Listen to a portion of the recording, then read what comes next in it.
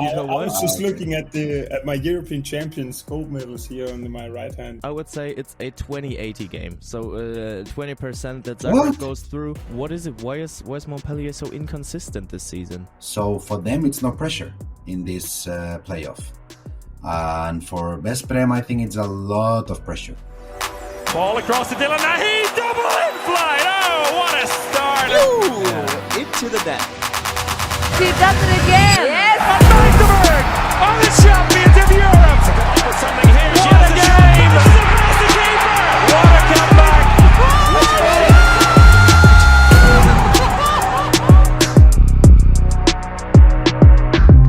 It is time to talk handball, everybody. It's Wednesday, the 20th of March, when we are hitting the record button. So thanks for tuning in, everyone. At This Spin, we talk handball. Myself, Bengt Kunkel. I am joined yet again by two amazing hosts. What's red eventually turns brown, but what's red and white will turn gold, and he knows about it. Ladies and gentlemen, Martin Vilstrup, how's it going? I actually like that one, because there's a lot of people saying that whenever you get sunburned after that, then you get brown. So I was thinking maybe you went in that direction, but I like did this with one. The first part. Yeah, I know, but then you kind of turned it into a positive thing with the gold. I'm good. The weather is getting better at the moment in Denmark, which we like. At the moment, my view is that my dog is laying in the sun, enjoying the little amount of sun we have in Denmark. But I'm good. Played also a cup game last night, which we won with 1 goal. So a little bit tired, but all good.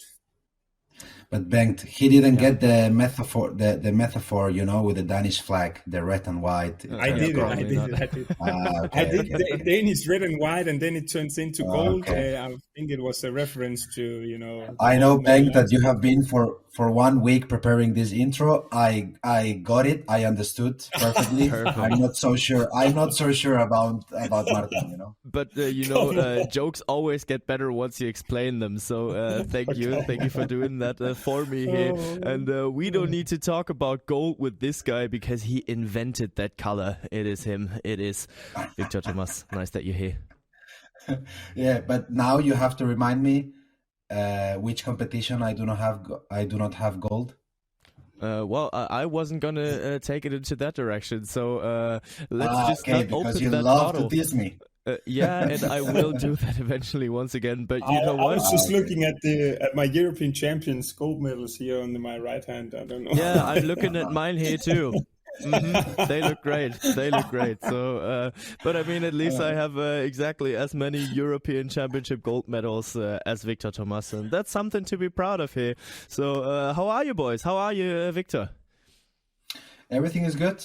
Everything is good. Nice to be here with you guys again. Looking forward for what's coming in the Machineseeker EHF Champions League. I think we have an exciting playoffs coming up. Yeah, and really looking forward to all the games. And that's why we are going to have a little deeper look into the Machineseeker EHF Champions League this week. And we already analyzed all the big 4 teams. We already analyzed stuff about our quarterfinalists, but there are 8 more teams that are fighting for 4 spots that are left. And today we are going to have a closer look on them. And I will give you guys a challenge that you will see throughout our analysis what that will be. But we are going to have a little prediction on what is going to happen in the playoff round of the Machineseeker EHF Champions League. And that's why I would say let's not keep the talks here too long, because they are just coming up. And prior to that, there will be a little episode on Easter here as well. So we're not going on an Easter break. But Víctor, you got plans for Easter, right? Yes, I think I'm gonna go to the mountain house. I have my family has me and my wife in the mountains here, so yeah, probably we will go there, and let's see if there is some snow left here in Spain to be able to ski. That would be good. That would be good. But lucky us that you will still join us here next week to analyze what happened there in the first round of the playoffs. And we're having our Easter talk next week when it's actually Easter. So let's start it off here with our first quarterfinal with Zagreb against Montpellier. The winners are gonna take Kiel. And what I want to know from you guys is how are the odds for the teams? So how are the chances for Zagreb going through, and how are the chances for Montpellier going through? So if I was to put it in numbers, I would say it's a 20-80 game. So 20% that Zagreb goes through and 80% that Montpellier goes through. I have to say it's higher for Zagreb in terms of the season they had so far, because before the season I would say that Montpellier are also the favorites, but I think it's pretty equal, also having in mind that they're starting in Croatia. Zagreb, the home advantage in the first game, and we have seen what they can do with teams like Paris Saint-Germain also. I think they won against them also. I think it's more like 60-40 or something like that to me. But 60-40 for Zagreb? No, I would say for Montpellier. I still have Montpellier as the small favorites. Maybe it's a little bit smaller margin. Maybe it's 55-45, something around like that. If I had to put percentage to it, because to me, Zagreb have been a huge surprise. And, they ended above Szeged also in the group. And, they were really competitive so far in the group phase. And I think they will get into this knockout stage with huge confidence. Yeah, I agree with Martin. I think it's going to be very close. For me, the first game in Croatia, it's going to be really, really important because I think that if Montpellier is able to have a okay result in Croatia, then they are favorites. For me, okay result would be losing maximum by 2-3 goals. Then, in my opinion, they are clearly the favorites. But Zagreb, they showed themselves quite consistent this season. Very difficult to beat them, especially in Croatia. Remember that not long ago they beat Paris. Let's say quite easily Paris. What was it, 28-26? In terms, yeah. But yeah, of course, they are beating Paris, which is the leader in the French league. Montpellier is number 3, if I don't remember bad now. So I think the first game is going to be really important, but still my favorite is Montpellier. Yeah, so I do agree that Montpellier is the favorite here. I do see the roles clearer though. So Montpellier on one hand, they did have a tough group there as well, and they managed to finish 4th, and Zagreb only finished 5th, but still Montpellier had to take it up on Magdeburg, Barca, Veszprém, and all that fun stuff, and they are the fourth force behind those guys, and I do think that that is a statement there actually.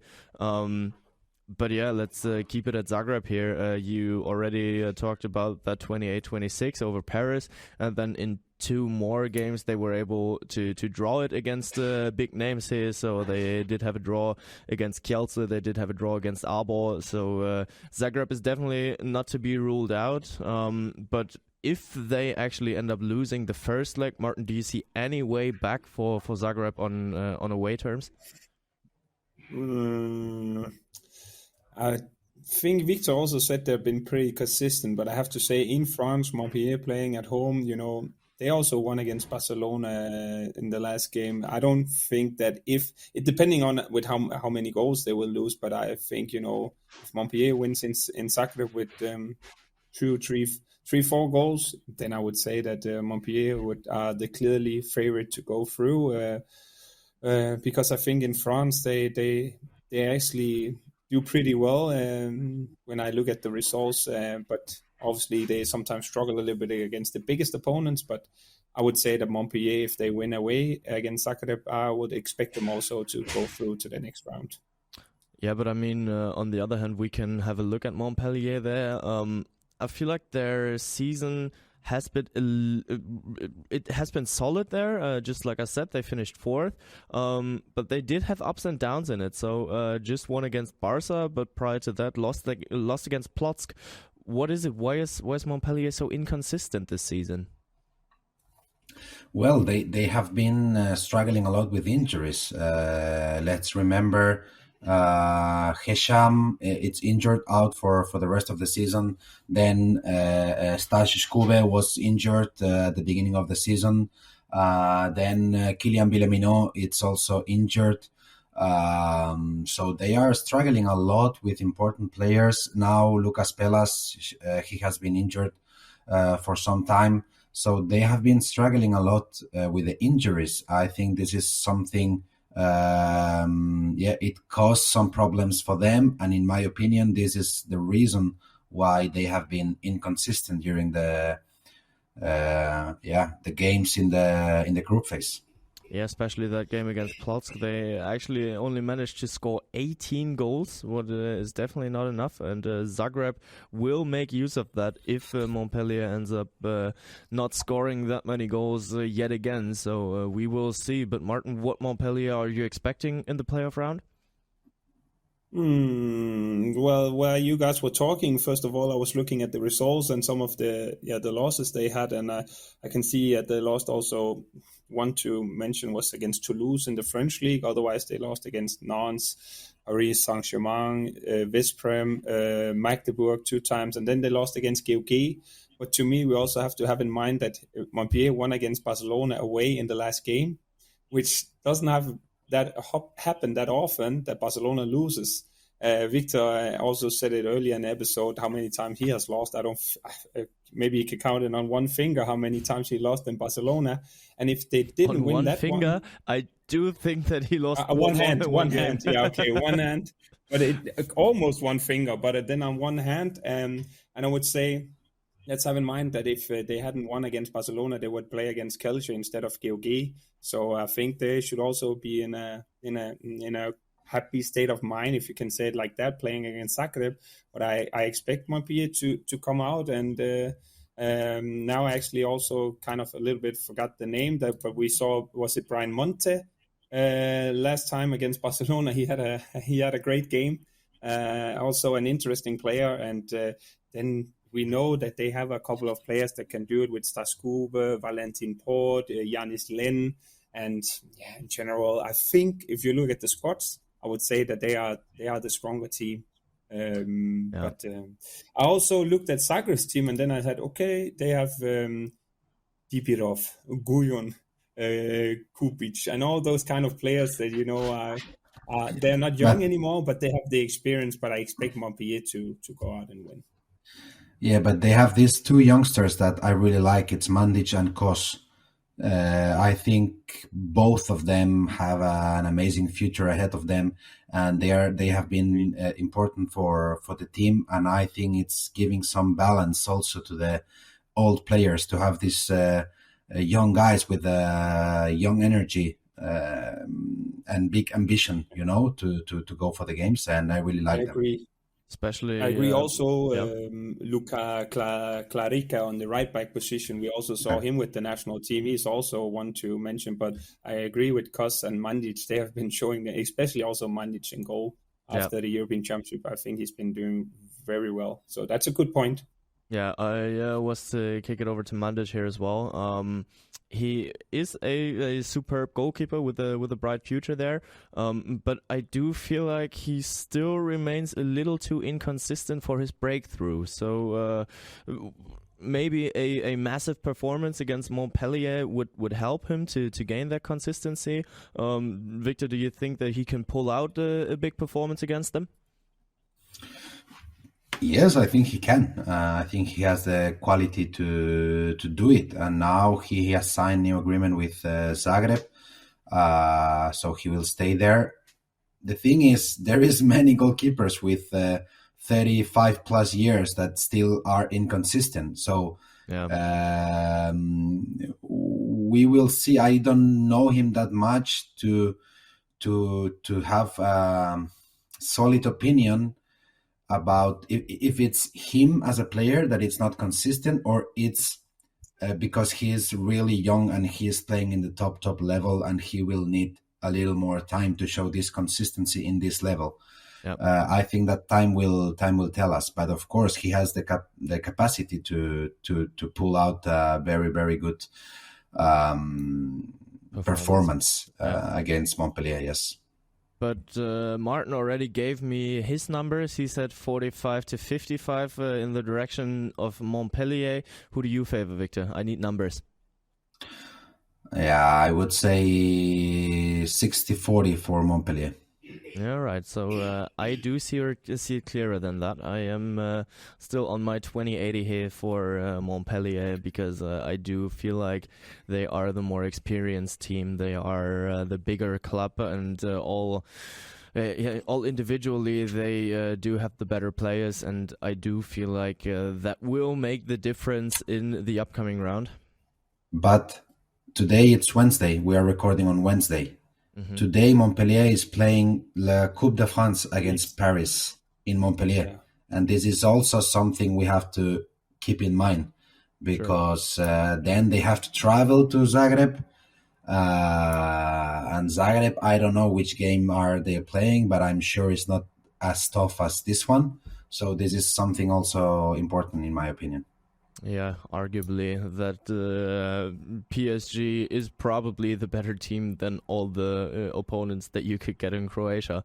But still, maybe if Montpellier manages to pull out a big performance, you can always gain energy from that. So more games don't necessarily need to be a disadvantage here. But we will see. Let's switch it over to the next game. And we are going to go... Zagreb is going to play Porridge, and they won with 11 goals last time. So I think, Víctor has a point there. They will play in 2 days on Friday. But yeah, moving on. Yeah, and then we are actually gonna go over to Hungary, and we are gonna have a look at the Hungarian clash in the playoffs. We are gonna see what Szeged will be able to do against Telekom Veszprém. We are gonna close it down with our predictions here, but none of us is gonna argue that Veszprém is gonna be the favorites here, right? I thought about it. Obviously, I have Veszprém still as the favorite, but I actually thought about what Víctor he said, that maybe Szeged is one of the worst, opponents that Veszprém can play against, because they know each other from Hungary, and also in terms of history, I think Szeged also, beat Veszprém a couple of times. If we look at the history of the results in the matchup.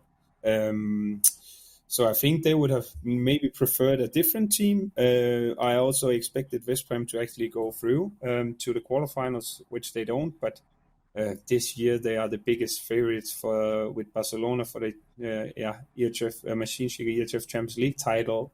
So I'm still gonna go with Veszprém, but I think this is probably one where you expect Veszprém to win it pretty easily. But on the other hand, maybe it's going to be a little bit tighter than what people expect. Mm-hmm. But yeah, I completely agree. I think, and it's what I thought from the beginning, I think that if there is one team that Veszprém doesn't want to play in a playoff, it's Szeged. That's my opinion, because we know it's a derby. It's the Hungarian derby. They know each other a lot, and Veszprém has a lot more to lose than Szeged, because Szeged is in this middle step before new coaches coming next season. So for them, it's no pressure in this playoff. And for Veszprém, I think it's a lot of pressure. Yeah. So for me, of course, Veszprém is favorite. It's still the favorite. But for me, I would say 60-40, the same as the Zagreb Montpellier. Oh, that's interesting. I do see it a lot clearer. Well, what means a lot, but still I do see it clearer than a 60-40 matchup here. Because, if you're looking at the standards that all the teams were set to ahead of the season, then, of course, Szeged would have the goal to exit the group stage. They did that. But Veszprém has the ambition of taking home the title here, and you need to beat everyone in the Machineseeker EHF Champions League if you are willing to do that. and no matter who the sixth spot of the other group will be, it has to be Vesprem's standard to beat them down. And of course, in a derby, everything can happen. But if we're looking at it, and if we're looking at the squad, Vesprem has one of the best squads in all of Europe, and that means in all the world right now. So good chances for Vesprem to go through. But Sagat has already shown that they are able to beat the big guys. They beat Kielce in the first leg with 26-25. I know the second leg 26-25. And in the first one they drew. So they took home 3 points against Kielce. And we all know Kielce is the greatest team in the Machineseeker EHF Champions League. No, I'm just kidding here. But yeah, so they managed to beat some favorites already. They beat Aalborg, and Aalborg almost won the group there still. So Sagat has shown what is inside of them, and I do believe that it will be tighter than most people would expect, but I still give that a 15-85 in the direction of Vesprem. Should I comment on it? Or? Because I also just looked at the results. It's also a team where I think they struggle a little bit when they play against what we expect to be the favorites for the title. I know they won with 2 goals at home against Kolstad, but they also lost with 13 goals in Norway, for example. That's a team that didn't make it through to the knockout stage. On the other hand, I also looked at the matchup, and I can see that Szeged won 2 times last year against Vesprem. Both matches was played in Szeged. So, and then in 22, Szeged won 30-29 in Vesprem. But in general, I would say Vesprem has the upper hand when it comes, winning at home. To me, would it be around 65? No, 70-30 or something like that. I'm going with Vesprem. I have to also give them a little bit extra percentage because they are my favorites and I predicted them. So if they're not making it through, then I'm totally screwed in terms of predictions and MVPs and everything here. Yeah, well, but I mean, you could still count them through, even though if you would just give them a 1% chance. So, I mean, that's true. But I still believe that Vesprem, it's hard to say disappointed when you're in a group with Barcelona and Magdeburg, but I would have expected them to go through when they won against Magdeburg in one of the first games away. And now we're going to talk about the same old story with Vesprem, that they are the favorites. Can they make it? Will they do it? And they have the potential to do it. They have the squad to do it. And they have looked strong this season, but I expect them to knock out Szeged. But sorry, Martin, they looked strong, but they have lost 4 games in the group phase. That's a lot of games for a big favorite. I still think they are my big favorites to win, because I think that if they are on their maximum, in my opinion, they are the best. But they lost against Plock, they lost against George, and they lost 2 games at home against Barcelona and Magdeburg. So they haven't shown themselves that much consistent. So I think the first game is again really important. How much do you guys think is Vesprem regretting not having won the second spot? I mean, it was on the edge. So in the last game that they had against Magdeburg, if they won it, they would have been able to overtake them and to be in the second spot, and then in the quarterfinals already. Because if we're looking at it, now they are getting Aalborg. If they're going through, they would have been facing the winner of GOG against Kielce, or no, actually not. I think no, Plock Paris. Plock Paris. Yeah, fair. Because Barca ended up being second, and Magdeburg won the group, right? I'm not sure. I'm not sure what they would prefer. If you ask me, I think Paris. They didn't show in the table, but I think Paris is tougher than Aalborg, in my opinion. Yeah. With all due respect to everybody, Aalborg, they have played really good. But if I would have to choose as a player, I would never say it on public, But in the locker Luckily, room, you I are would, not on public right now. yeah, no, I'm not a player anymore. So yeah, I can say it. I would prefer to play playoff against Aalborg than Paris. Probably, yeah. But so we're not talking about those matchups yet because there is still the playoff round to be played, and Sagan might be able to pull off a miracle here. But yeah, we gave our chances for those matchups here already, and now that you have been talking about Paris Saint-Germain, let's go over to Paris Saint-Germain. Will they complete the quarterfinal A-Pro of Paris against Barca? Because we are seeing that in the different sports as well. Yeah, I think so. I think for me, in this side, these playoffs between Paris and Plock and Kielce and GOG are more balanced to Paris and Kielce's side, in my opinion. I would go for a 70-30 in Plock Paris. I think that it's difficult that Plock can put in a lot of problems to Paris. I think the first game, the energy in the beginning of the game will be huge, because in Plock it's full arena all the time, a lot of supporters, good coach, good players.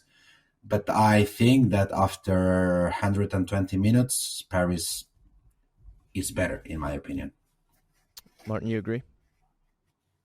I agree, but on the other hand, I think last season Wisla Plock gave Magdeburg a tough time also in both games, and I think they drew it in the first one in Poland, and also you said it yourself earlier, Bengt, that they won with 22-18 against Montpellier at home, and then they also won 37-30 against Veszprém at home. They won against Porto. They drew against GOG. I think that's some of the last couple of games they played.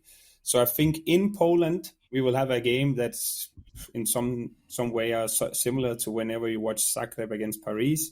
I still expect Paris to go to Poland and win. But I think it's going to be a tight one. Maybe Paris will win with 2 goals or something like that. And then they will go to France, do their job, and they will move on to the next round. So if I have to say percentage, I'm more leaning towards 75-25. If not 80-20, something like that. All right, that's interesting, because 80-20 still means in 100 games, 20 times Plock would go through. And in your case, Víctor, you would say 30 out of 100 times Plock would go through to the quarterfinals. And I have to be honest, I actually don't think that Plock stands a chance at all here. So we are talking about the last season of Nikola Karabatic. We're talking about some great players that they do have in the roster, and we're talking about PSG not being happy with the season that they played so far. So ended up being third, but in the meantime it almost looked like they could drop down to the 6th, and I think it was around round number 10, round number 11, where everything was super close in their group, and they were almost close to being dropped down to spot number 7. And I do think PSG has shown us that they can perform when they're asked to. So there was that matchup against Kielce rather close to the end. I think it was the 13th round where they ended up smashing Kielce there and beating them by 6 or 7 goals, somewhere in that direction. And I do believe that PSG is such a clutch team that they will perform on spot. I'm giving that game a 4-96. So I do think that yeah. So it's 96% that PSG is going through. Okay, I would say 3.5 to 96.5. Why is that? I have to say, it was just curious for me. It was 4.96 and not 5.95. Yeah, but it's 4.96.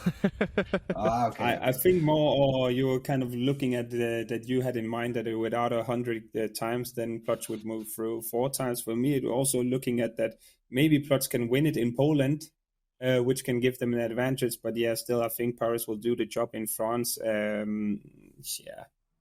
will they go through 20 times out of 100? I probably don't think so if I have to say it like that, but I still give them. But I mean, that's what the percentage percentages are about, right?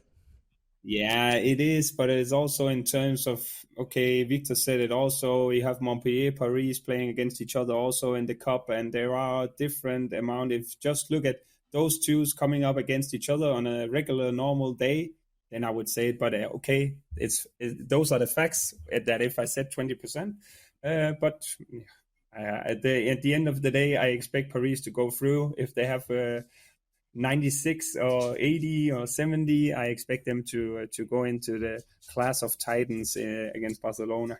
And I do think that all of us are on the same level here, even though Víctor would have given Plotski 1% more than I would have. Nah, he said 25-75, so 0.5.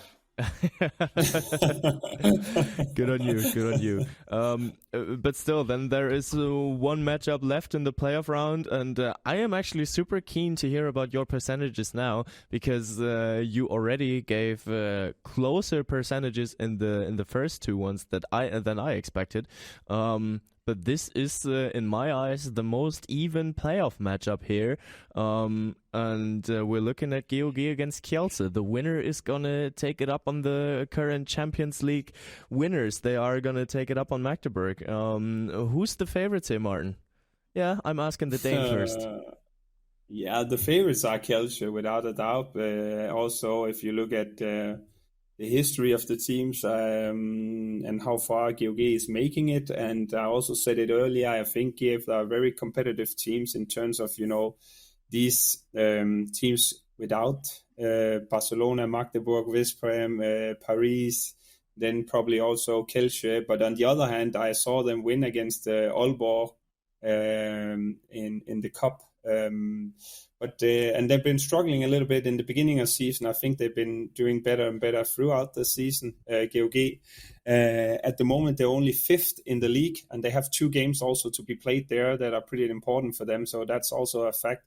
But in the first game, I actually find it very, very close. Maybe if I have to be with the Danish heart, my GOG heart say that maybe GOG are the smaller favorites here whenever it's going to be played in Denmark. But then GOG going to Poland, I think they will have a tough time. And this one is the closest one for me also. I would say 60-40, 62.34. No. Oh, good luck doing the math. Good luck doing the math. Yeah, okay. Something, okay, then it's 68 for GOG, something like that.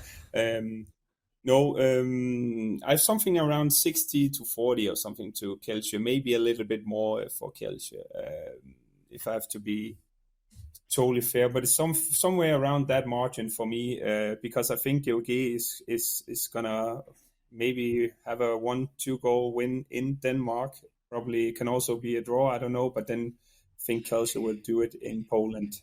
Also having in mind that they, to me, have the top players that can decide the games. I know they have the top scorer, GOG Emil Madsen, which I find is a goal scorer, like an unbelievable goal scorer. But Wolf and Dushabayev, they just, they gonna decide those kind of matches against these teams. So, yeah. Yeah, and those are actually the two names that are coming back from more severe injuries that took them out for quite a long time.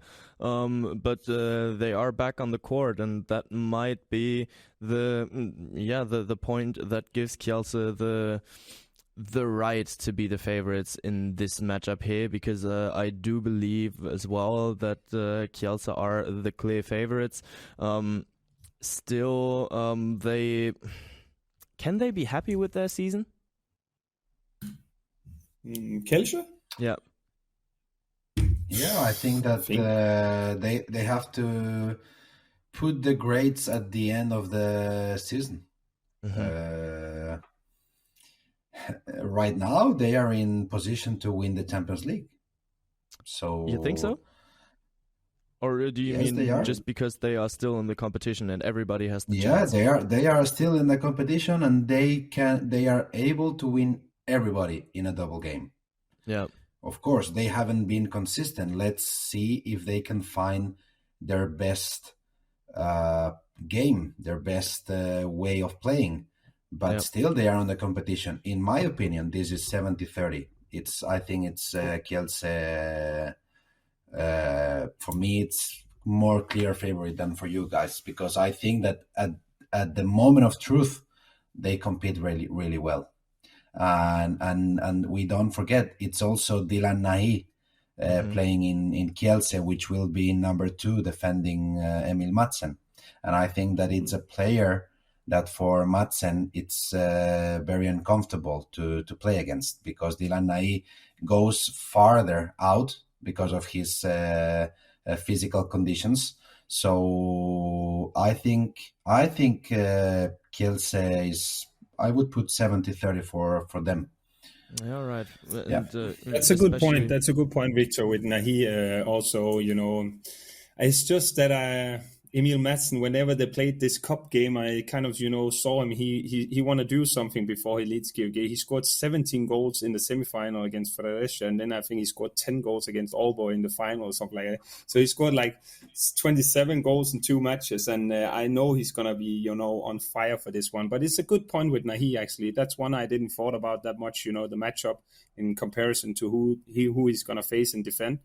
That was definitely, we also saw it whenever France played against Denmark, also sometimes with Nahi covering there. So that's a fair point. And also Kielce, it's a team that they can use different defensive systems, and normally the up north, the Scandinavian teams and German teams, they have some more problems against a 3-2-1 or against a 5-1, because Talan Dutsevaev is a chess player, and maybe he can put a 5-1 on Emil Madsen.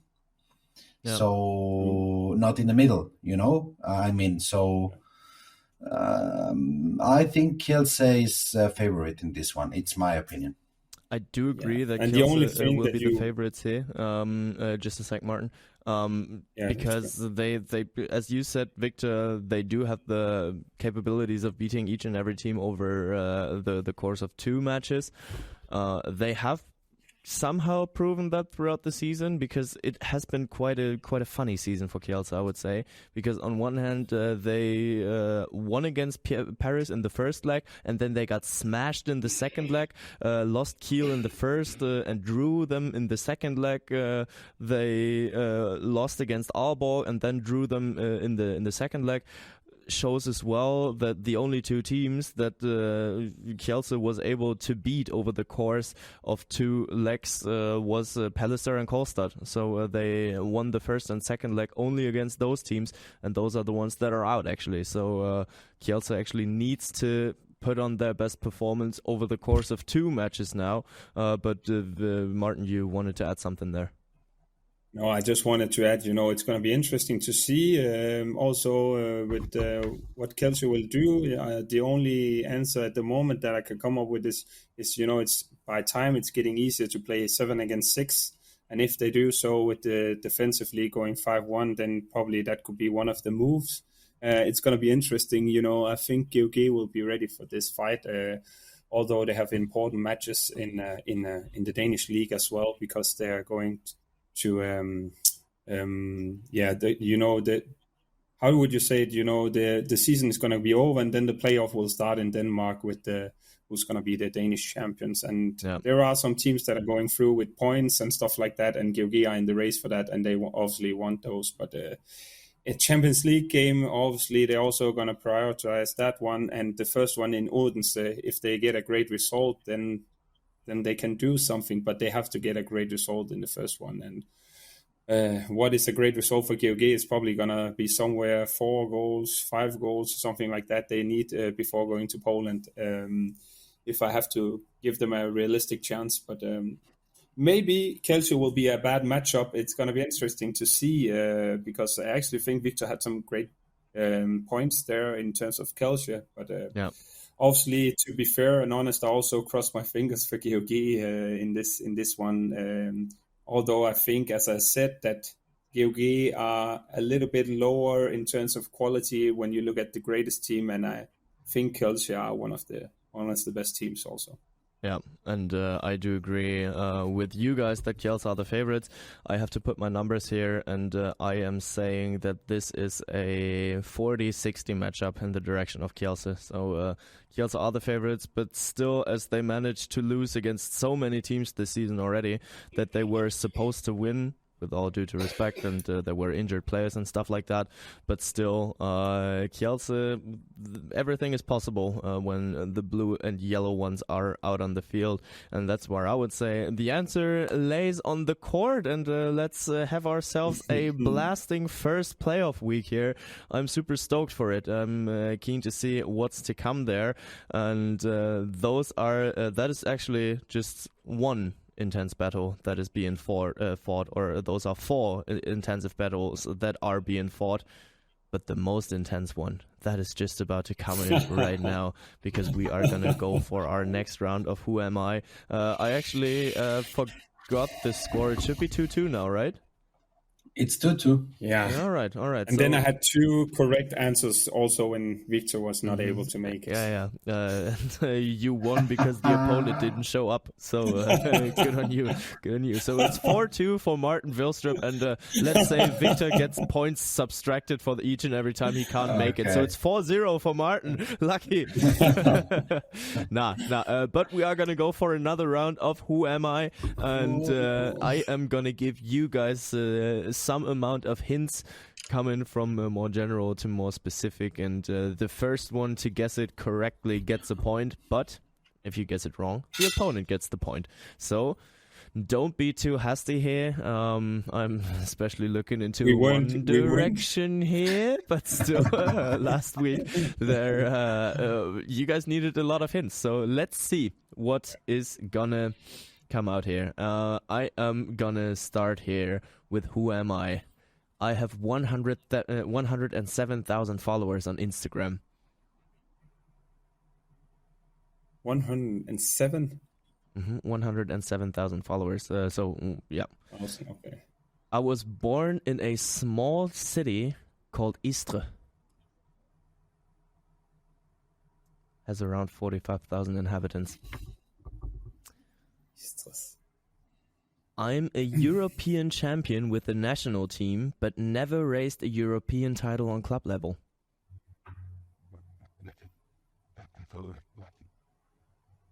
Alright, no one wants to solve yet.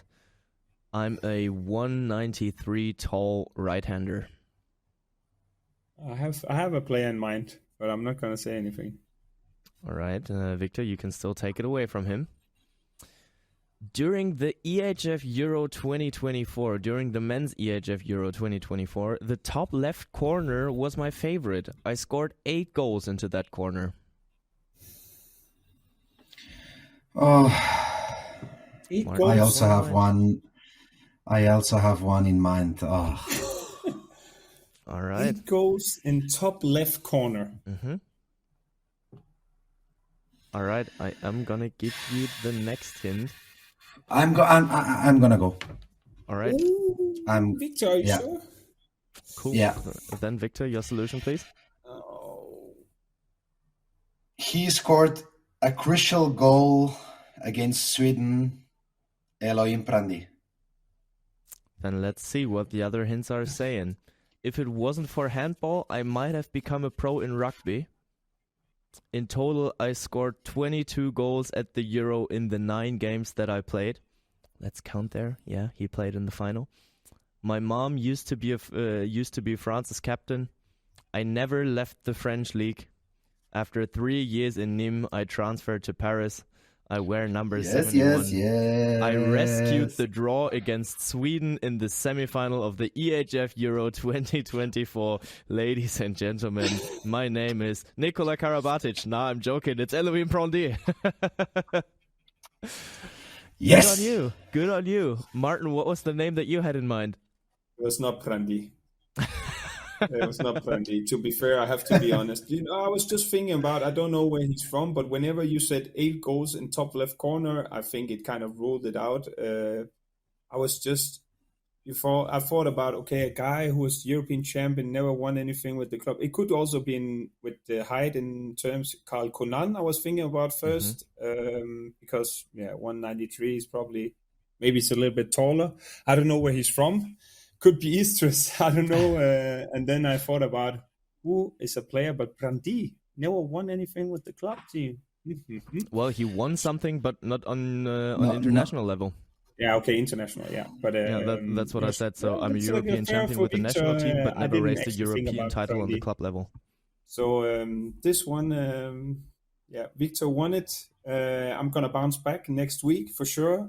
I know it. But Andy, it's fair to say that Víctor would probably have come up with it before than me. So for the first time, I'm going to be a fair loser and give it to Víctor. Well, better than Víctor last week. I wouldn't be happy with that point, Martin. If I was you, I couldn't sleep if I got a point like that. But all right, let's see who our next hidden character in Who Am I will be.